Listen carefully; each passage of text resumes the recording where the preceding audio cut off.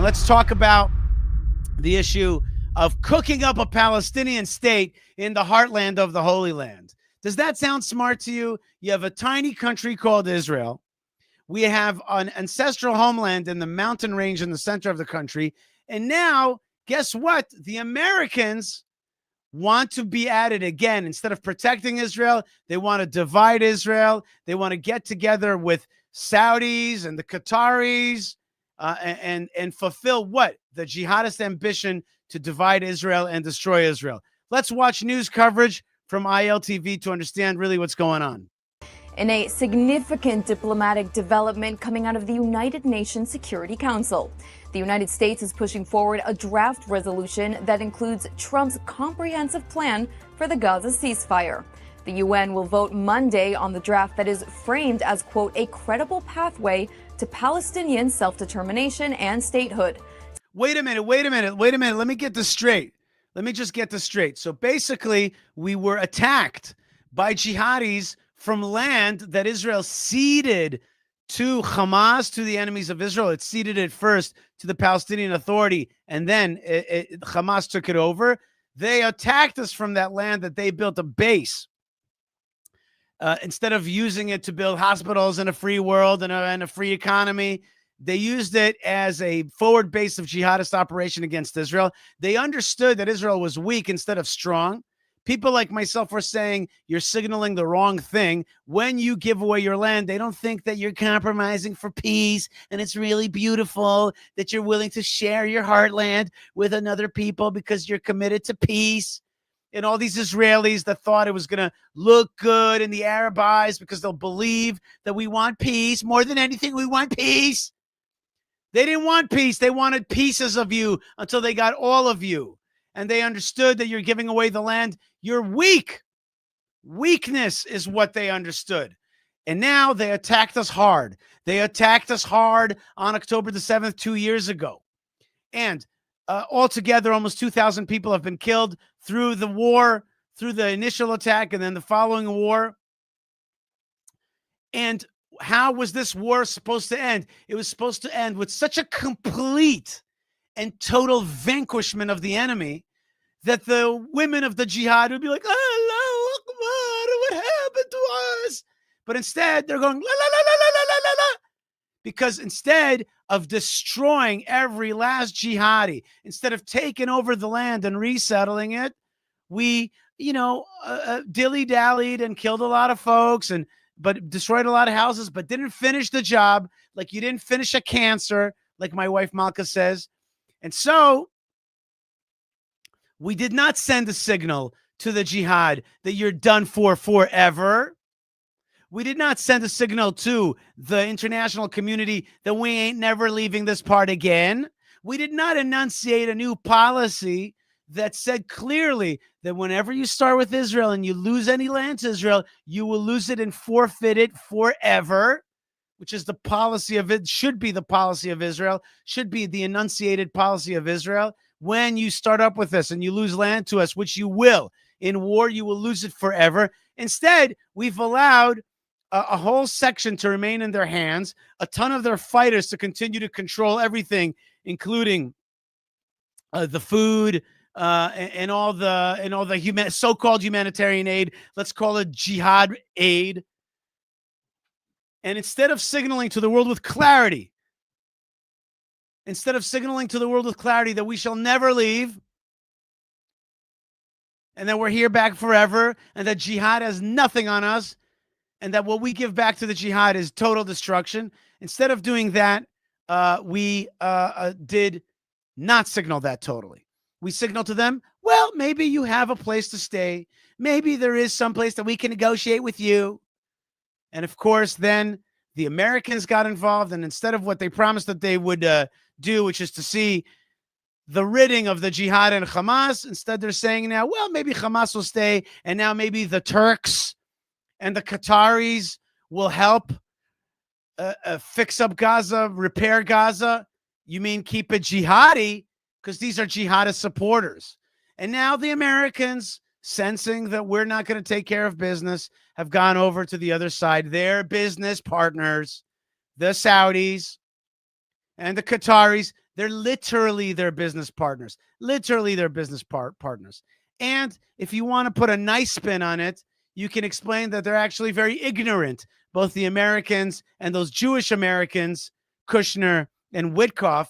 Maybe you can explain that they're actually ignorant, that they think that the so-called Palestinian jihad is like the nice Qatari folks that they've met who've been, schooled in Oxford and stuff. Maybe they think that they're that kind. I want to make a deal. But they're not. They're jihadis. And so are the Qataris and the Saudis. That's the real truth. Okay. Now they got together. Now they're going to the United Nations, right? They're going to the United Nations to make a Security Council resolution to fix Gaza, and to what? And to 2 years after the October 7th attack, to now enshrine under Trump, mind you, a Palestinian state. Well, it looks like that it all came together, didn't it? The woke right in America, the sick left in America, together with their business dealings with Qatar. So put it all together. Tucker, Qatar, the left, and guess what? And the weakness of Israel. Put those four things together, right? The woke right, the left, the Qatari money, and the weakness of Israel. And guess what you have? You have a Trump who's now making a deal with the Saudis to keep Gaza under the control of Hamas and jihad. Let's keep listening to this comprehensive plan for endless war here in the Middle East. Signaling Washington's support for a path that leads to Palestinian statehood. The conditions still include Palestinian Authority reforms and construction efforts in the Gaza Strip. The United States signed a joint statement with Arab nations in support of his 20-point plan to end the war. The language of the resolution is reportedly stronger than what President Trump himself has publicly said. The question looms large in Israel, with Washington now signing a document that explicitly promotes a pathway to Palestinian statehood. Is this possibly a turning point in U.S. policy?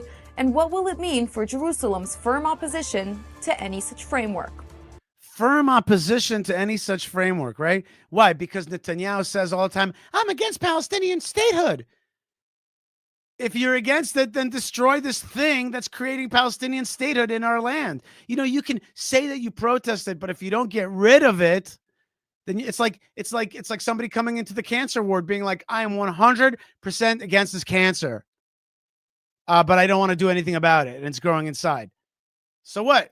Oh, because you protested it? You made a statement against it? This is where the weak policy has led us today. The weak policy of the Netanyahu government, the unclear policy, and the erosion of our supporters on the right in the United States, and certainly on the left. Weak Israeli policies have led to both kinds of erosion.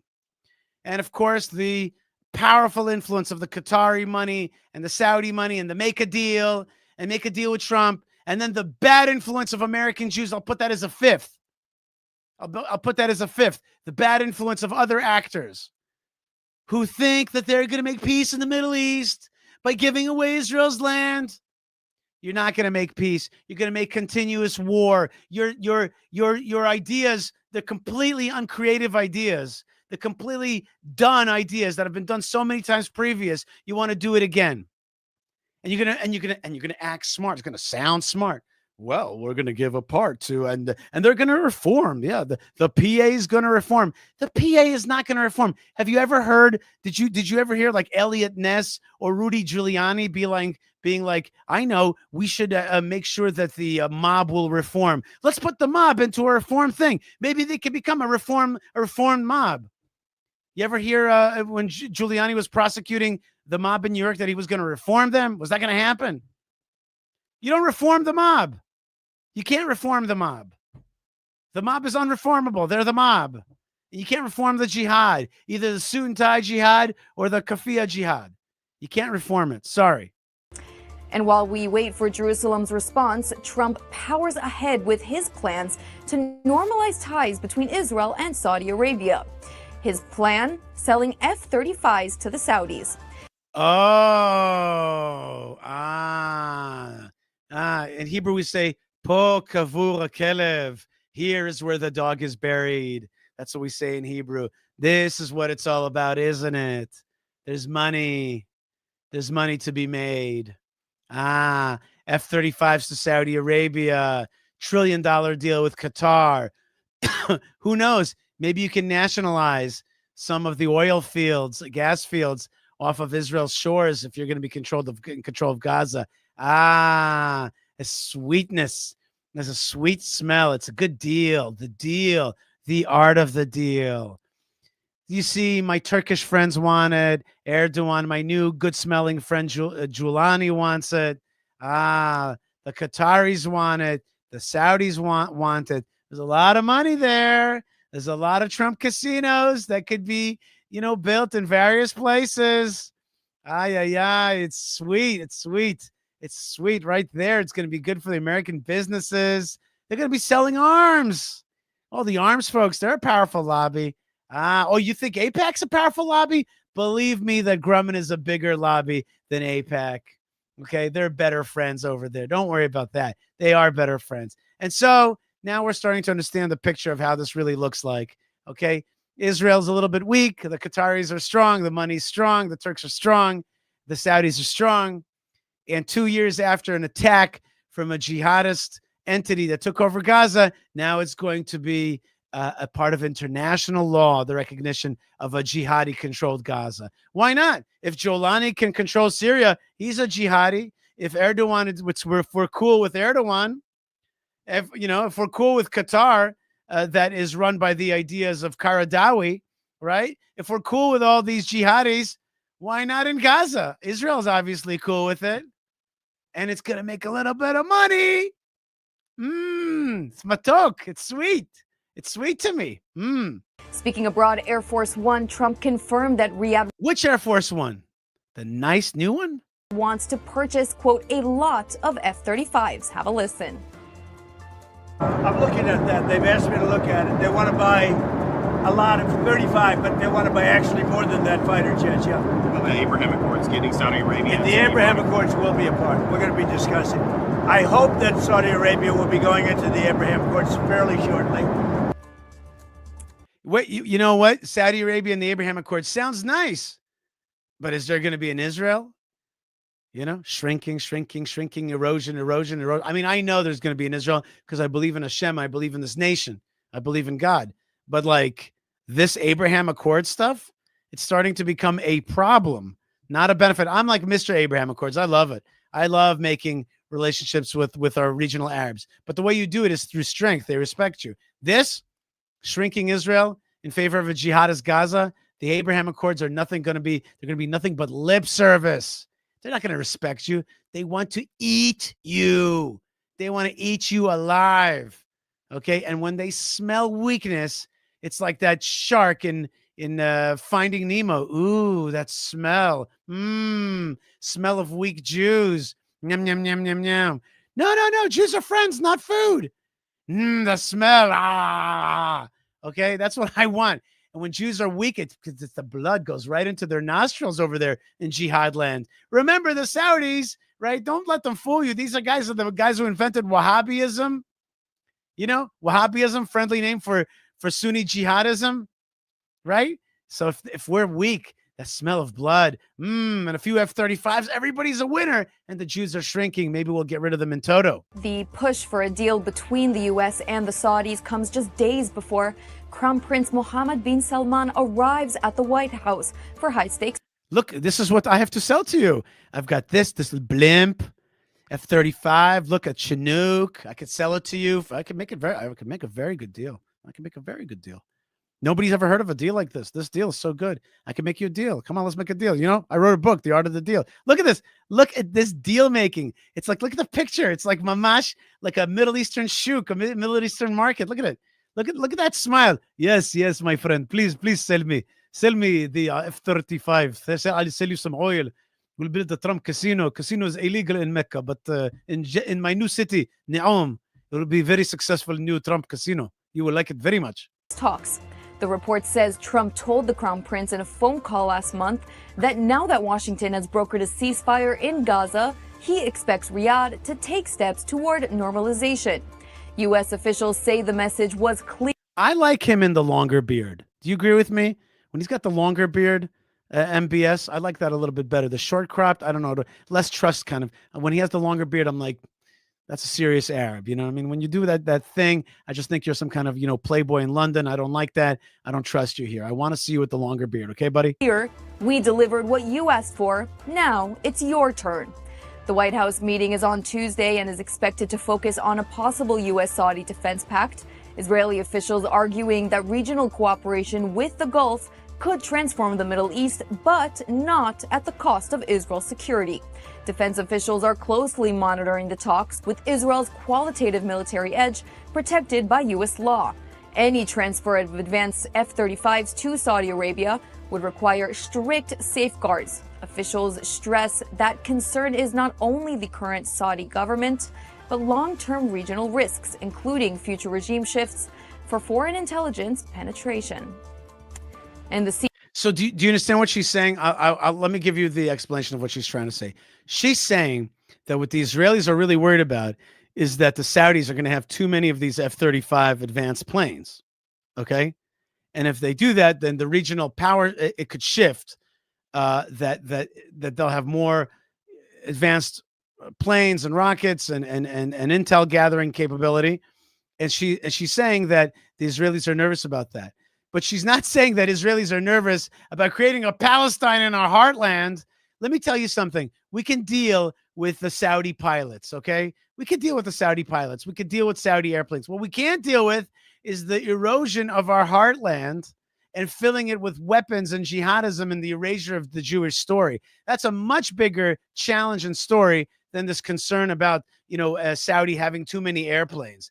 I mean, really, and the shift in policy that the Americans are going to back a two-state think, not under Obama, but under Trump, and that this alliance now is stronger between Trump and the Saudis and the Qataris and the Turks, right? It's stronger now than it was under Obama, and our relationship has weakened, and we just look like mud. Israel looks like mud in the United States.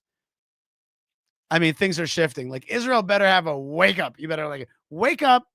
Now, if you want to wake up and say, listen, we need our independence and we're going to do our own policy altogether, that's a kind of wake up. I could deal with that. If you want to get back to American good graces, less good, but I can understand that. But this current alignment, it's out of control. We're neither here nor there. Not a good policy. You should say, you know what, America? No, thanks. We're dealing with Gaza by ourselves. Thanks a lot. Thanks. But you know what? We're a sovereign country. We have a problem. We're going to deal with the Gazans ourselves. Thanks so much. We're allied, but step back, step out, and American Jews, Kushner, Witkoff, go to Saudi Arabia, go to Qatar, go make your deals, leave us alone. That's one way. Another way is trying to get back into good graces, explaining why Israel is your real partner in this region. Okay, but I don't think you're making that case right now. So you have to make a case for independence.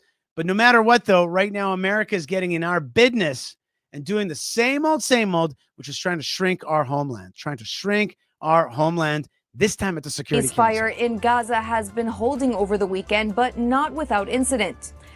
When are media people going to stop selling us crud as though it's as though they're feeding us food? It's the ceasefire holding, but not without incident. She literally just said that. The ceasefire is holding, but not without incidents. You mean to say it's not really holding? There's incidents all the time. They're shooting at us, and we're shooting back. The whole ceasefire is a sham. It's nothing but a Muslim hudna. You know what a hudna is? It's a break in order to rearm. That's all it is. Stop calling it a ceasefire. It's holding, but with incidents. So it's not holding. Just start telling us the truth. IDF confirmed the elimination of a terror operative who crossed Gaza's yellow line and entered the IDF-controlled area. Why does everything have to be yellow? Yellow. I don't like yellow. I don't like yellow when Jews had to wear the yellow star. I don't like yellow. And I don't like the yellow hostages ribbon. I don't like it. I don't want to wear yellow. I like yellow as a color, and I like the sun a lot. I like yellow. I have nothing against the color yellow. I don't want anybody to feel like I'm anti the color yellow. I'm anti wearing yellow things, and I'm anti yellow lines. What you have is, it should be a black line, a red line. Cross this line, this black line, and you're gonna die. When you have a yellow line, it's like, don't cross the yellow line. Yellow is like the color you usually walk on. Am I right? Like in the airplane, they're like the lights will light up. And that's the exit row right there, the exit out of the airplane from the back and through the sides and also in the front. And you'll follow the yellow. No, you don't make yellow lines when you have an intractable, bloodthirsty enemy. You make a black line. Cross this line, you're going to die. Okay? Don't make a yellow line. Stop with this peace stuff. As the terrorist approached troops, he was quickly identified and eliminated. The IDF added it remains deployed in Gaza in accordance with the ceasefire guidelines and will continue. We're deployed in Gaza in accordance with the ceasefire guidelines, because like they told us that this is what we got. This is what we got to play. We got to play within the lines. We draw within the lines because the teacher said we got to draw within the lines. So we're inside of Gaza because we're that's according to the ceasefire agreement that we signed on. Oh my God, you sound so nerdy. Say we're in Gaza because it's our land and our land forever. We're never leaving this land. Bad guys are going to leave, okay? They're the ones that are going to leave. We ain't never leaving. Not because of the ceasefire guidelines, okay? For God's sakes, be gutsy and big and strong. Stop saying sissy, ninny, wimpy-sounding things. Removing any threats. Troops of the Shimshon Brigade, together with Yahalom IDF combat engineers, demolished a kilometer-long tunnel over the weekend. This in the footage that you are seeing on your screens now.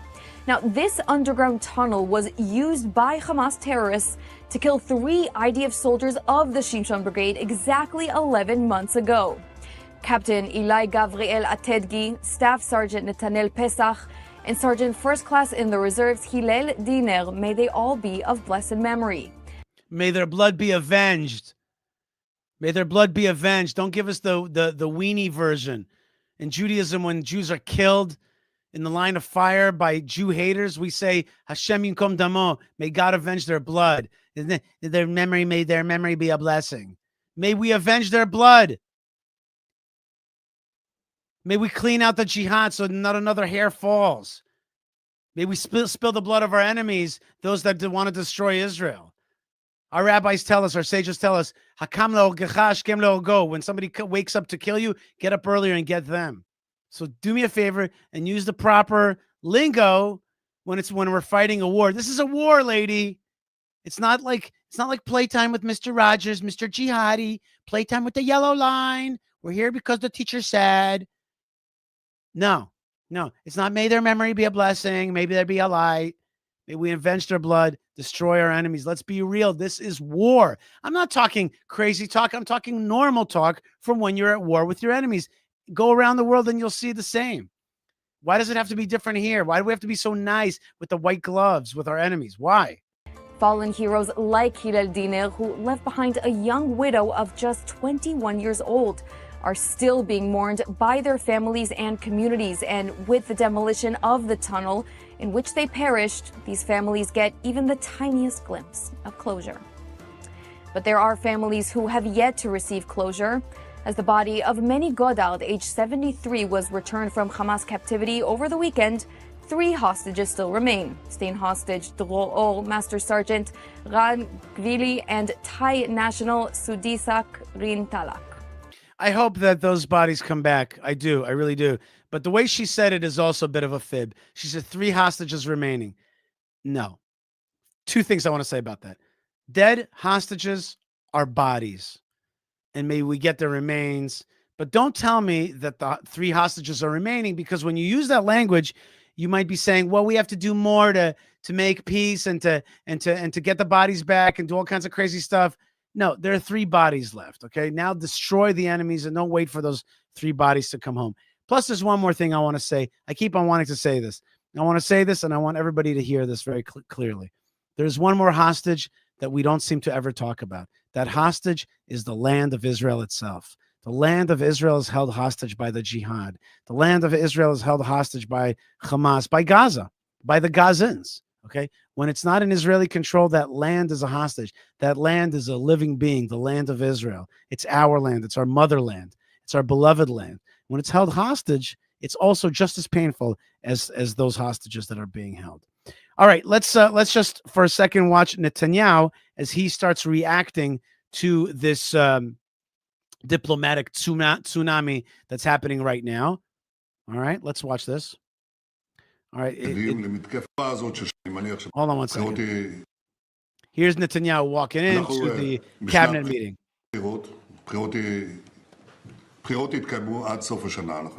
Okay, so he's actually announcing, saying for the first time kind of publicly that we are going to go towards election in a year's time, and that's when elections are actually slated for, not early elections. אבל בתקופה הזאת של שנת בחירות אנחנו עדים למתקפת פריימריז, גם מתוך הליכוד וגם מחוץ אליו. All right, so he's saying that we see kind of a war already of memes happening in Israeli politics. והנושאים שדנים בהם כל הזמן, מתקפת ציוצים שאני לא זוכר, בנושאים ביטחוניים קודם כל. אני אמרתי, אני עשיתי, אני התקנתי. וגם נושאים שקשורים בביטחון הלאומי שלנו. אני מזכיר שהנושאים הללו נקבעים בתיאום עם ראש הממשלה, שהוא אחראי לזה. עכשיו אני רוצה להתייחס לשני נושאים ספציפיים. הנושא הראשון, הנושא של אי פירוז לכאורה של החלק של עזה שנמצא בידי החמאס. Okay, so he wants to talk about firstly about the fact that Hamas has not been disarmed. Okay, has not been disarmed. Hamas has not been disarmed, and so people are criticizing him for that.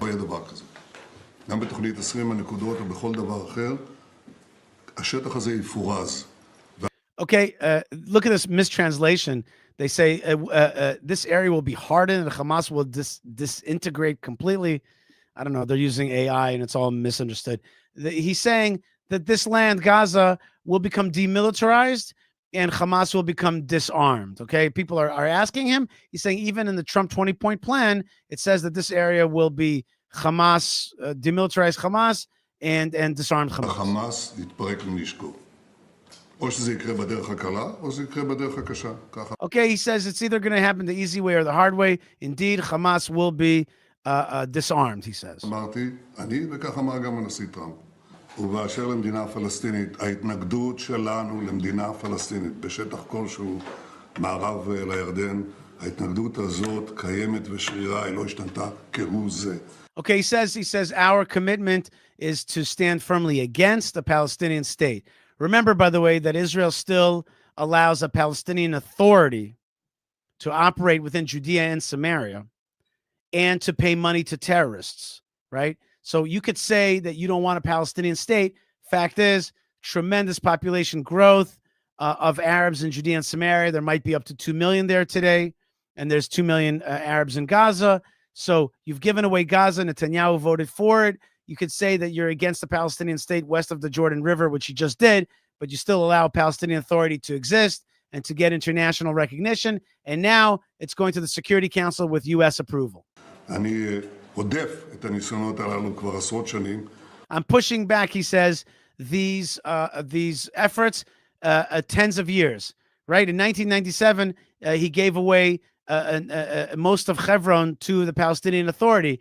He gave speeches talking about a two-state solution, the Bar Ilan speech. He barely stood against the Gaza giveaway in 2005, but he's telling us that he's against a Palestinian state. I'm trying to push them back, he says Netanyahu. I fight pressures internally and externally. He doesn't need lectures from anybody. Hey, buddy, you're a public official, and you'll get the lectures if we so deem it. It's called democracy. Here I am lecturing you.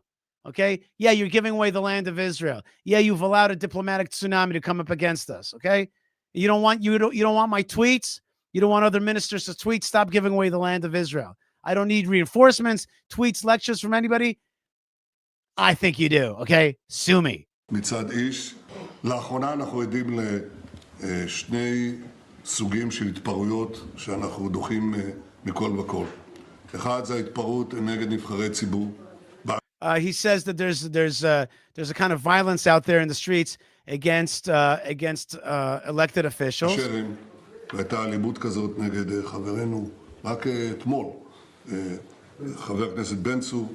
זה מיעוט קטן מאוד, הוא לא מייצג את הציבור החרדי. All right, he's talking about ultra-Orthodox striking against ultra-Orthodox Knesset members, and he says this is a minority. It's not really something that's a very wide phenomenon. אבל צריך להילחם בהפרות חוק האלה בכל הכוח, וכך נעשה. But we have to fight illegal behavior. הדבר השני הוא גם נעשה על ידי מיעוט שנכנס ליהודה ושומרון, לא מייצג את ציבור המתיישבים הגדול, שומרי החוק ונאמן. And he's talking about now so-called extremist settler violence. He says it's a minority of minorities. It does not represent the Jews of Judea and Samaria. However, it's a reality. המדינה, וגם נגדם ההתפרעויות הללו. And rioting against Arabs and against IDF soldiers. גם נגד חיילי צה"ל, גם נגד פלסטינים, גם נגד חיילי צה"ל. אנחנו נפעל נגד זה בכל הכוח, משום שאנחנו מדינת חוק. We're a law-abiding country. We're going to fight with all our strength against these phenomena. But fighting the phenomena of the Palestinian Authority school books that teach to murder Jews to children, that has not really been fought, has it? All the talk about the pay to slay, we know that October 7th murderers came out millionaires from Israeli prisons because the Palestinian Authority paid terrorists that you, Netanyahu, released. So you have a Palestinian Authority, you have murderous terrorists getting paid by them, and now they're being released by the Israeli government, and you don't want me to give you speeches? You don't want to hear my tweets? It's bothering you in an election year? Let it bother you. It bothers me when murderers are in Judea and Samaria after our army sacrificed lives to nab these guys. It bothers me that the state of Israel still allows a Palestinian Authority to control our Holy Land. And these guys, not only are they murderers, they pay for murderers, and everybody knows it. They teach their kids evil under our nose. So you're going to keep getting speeches from me. Yeah, you will, okay? Until this evil is removed. And you, sir, are allowing it to be there. With all of your good things, and there's no doubt that you've achieved many good things, please, don't tell me not to tell you. Don't tell us not to tell you, because we know what's really up around here. We're not stupid. מדינת חוק פועלת לפי חוק. Yeah. A land of law operates lawfully. A land of law operates lawfully, allows under law the Palestinian Authority to control our land and to teach murder against the Jewish people. That is absolutely reprehensible, and I'm sickened by it. I'm sickened by this thing, and I'm sickened by the reality. And now that reality is turning on us vis-a-vis the Americans, vis-a-vis the Security Council. The Saudis and the Americans are going into the Security Council. Oh my gosh, just disgusting and a missed opportunity. But now, my friends, we're going to turn that opportunity. We're going to use it to our advantage. We're going to say it's time for independence. We're going to remove people from office that are weak. We're going to do that in the next elections. We're going to turn this thing around. We're going to bring good, God-fearing people, Israel-loving people into the fold, and we're going to push back against this evil. First thing we're going to do is we're going to help refugees leave. We're going to encourage voluntary immigration from the Arabs that live in Judea and Samaria and Gaza. We're going to help them leave. And it looks like one airplane out of South Africa left, picked up about 140 refugees and sent them to South Africa, where they've been accepted. South Africa, very pro-Palestine. And now they are being amazingly gracious and hosting so-called Palestinians in South Africa. Here's the airplane that has left the Holy Land and come to the great country of South Africa, which is generously welcoming Palestinian refugees. Let's take a look. غزة هربين من الموت على جنوب أفريقيا. الحكومة في جنوب أفريقيا مش راضي تستقبلنا. احنا هنا عالقين في المطار، نرجو المساعدة. وصلنا بعد عناء شاق الله بيعلم فيه يومين مستمرين من الشقاء والعناء من الباصات ومن الطيارات. تفاجأنا مفاجأة حزينة جدا إنه الدولة مش راضية تستقبلنا لنفوت، بس لأنه إحنا ناس جايين من حرب اجتراح. أنا ما في عندي أي مكان أي ملجأ، إحنا وين نروح؟ بكفي. Okay, so this lady is saying, she's trying to get away from the war. And she's asking for South Africa to open its arms. And it says, somebody writes, South Africa will welcome them. And indeed, that's what has happened. South Africa did let them, and other people are writing, South Africa can take in 2 million of these people. They certainly can. And if you think about it, really, if you put together all the Arab country, all the pro-Arab countries, right, that want to, that keep talking about, Palestine and this and that and genocide, there's so many of them. Let's just think, off the top of my head, there's Spain. Do you know how big Spain is? It's really big. Spain, France, the Supreme Court of France said that they were taking refugees. Ireland, the Irish could take them. What other countries should take in these refugees? Australia has talked about it. There's many countries that will be huge countries, and 2 million people is nothing. Not to mention Syria, and what about Ukraine? They could use a lot of people who know how to farm. So really, like, when are we gonna, when is the world gonna stop the hypocrisy and take these refugees? Look at these people. She wants a life. She's looking. She said she wants to get away from the harb, from the war. Okay, she wants to get away from the war. Canada, that's right, Canada. I forgot about Canada. Canada, oh my gosh, Canada, my home and native land. True patriots, take in all the jihad command. God keep jihad, hopefully nice and free, so they can do to us what they have done to me. Okay, point is that the Canadians could definitely take in a lot. Canada's big. Okay, Canada is really, really big, and they Saudi Arabia has a whole area called the Empty Quarter. I don't think people can actually live there, but in any case, it's like really, really, really hot there. Greenland, well, Canada, Greenland is not exactly a great place, but bottom line, Qatar could certainly take them, and we had Mordechai Kedar, and he explained why Kedar should take them and how they could take them and how could they easily take them. Somebody writes, no Palestinians in South Africa. Well, you know what I mean?